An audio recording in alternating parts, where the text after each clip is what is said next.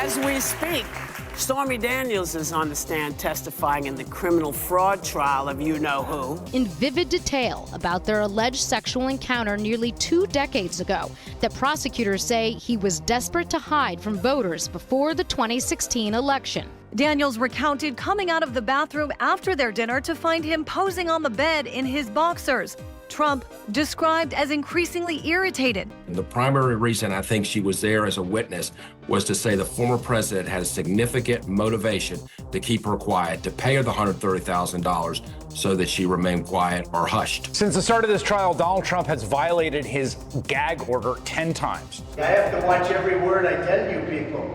You ask me a question, a simple question, I'd like to give it, but I can't talk about it. I understand your client is upset at this point, Judge Merchan, but he is cursing audibly and he is shaking his head visually, and that's contemptuous. It has the potential to intimidate the witness, and the jury can see that.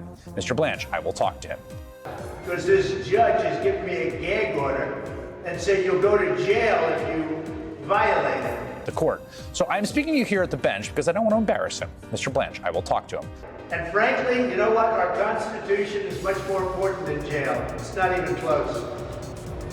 I'll do that sacrifice any day. See, when they give you a gag order, they're ordering you to shut up.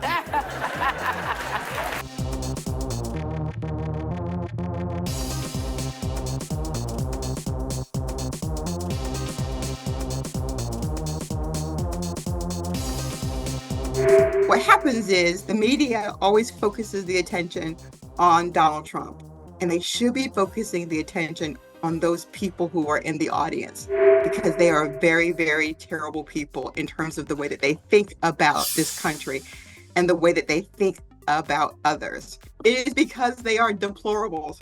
And what I feel really bad about is that Hillary Clinton took it back when she called them deplorables. She should have stayed with it, because that is exactly who they are. 60-year-old Donald Trump not wearing a condom with a 27-year-old woman who's from Louisiana, a state where a 27-year-old woman or a woman of any age now cannot get an abortion if they make the mistake of having sex with someone like Donald Trump, who's not using a condom. And the idea that abortion ban that so many women in this country are living with was inflicted on them by the defendant in this case, described today as not wearing a condom.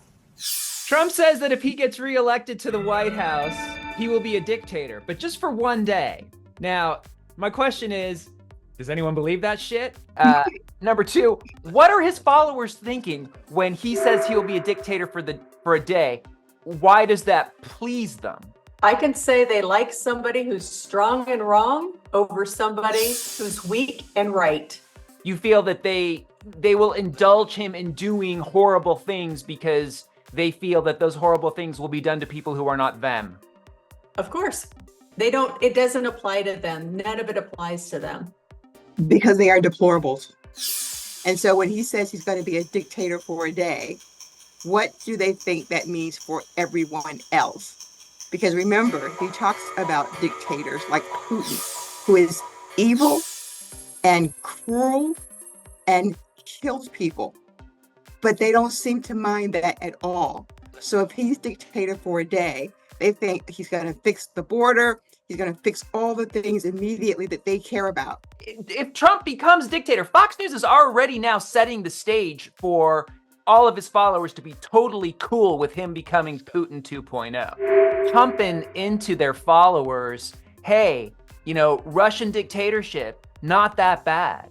They're laying their little eggs in these followers now, and we're going to have a good percentage of the country saying, yeah, dictatorships, they're great. They're awesome for us. Have you seen? There's just so many great things going on in Russia. They will see that, because today we're just having conversations about a bunch of dumb stuff. We're having conversations with a bunch of whiny Democrats around Biden being too old, which at this point is just nonsense. It's just a dumb conversation. And so I think when people start to put that stuff away and start to look at themselves and see how ridiculous they are for bringing up this age issue, we have in our country something that says, if something happens to the president, well, we have a vice president. And Mary and I talked about this. Is your problem really Biden's age? or is your problem Kamala Harris? And if your problem is Kamala Harris, then who do you think should be president? Because you keep on saying that 70% of the people don't want this election between these two old guys. And my question is, why would you even compare President Biden to Donald Trump? It's just a dumb comparison. So I just want the whiny Democrats to just be quiet already.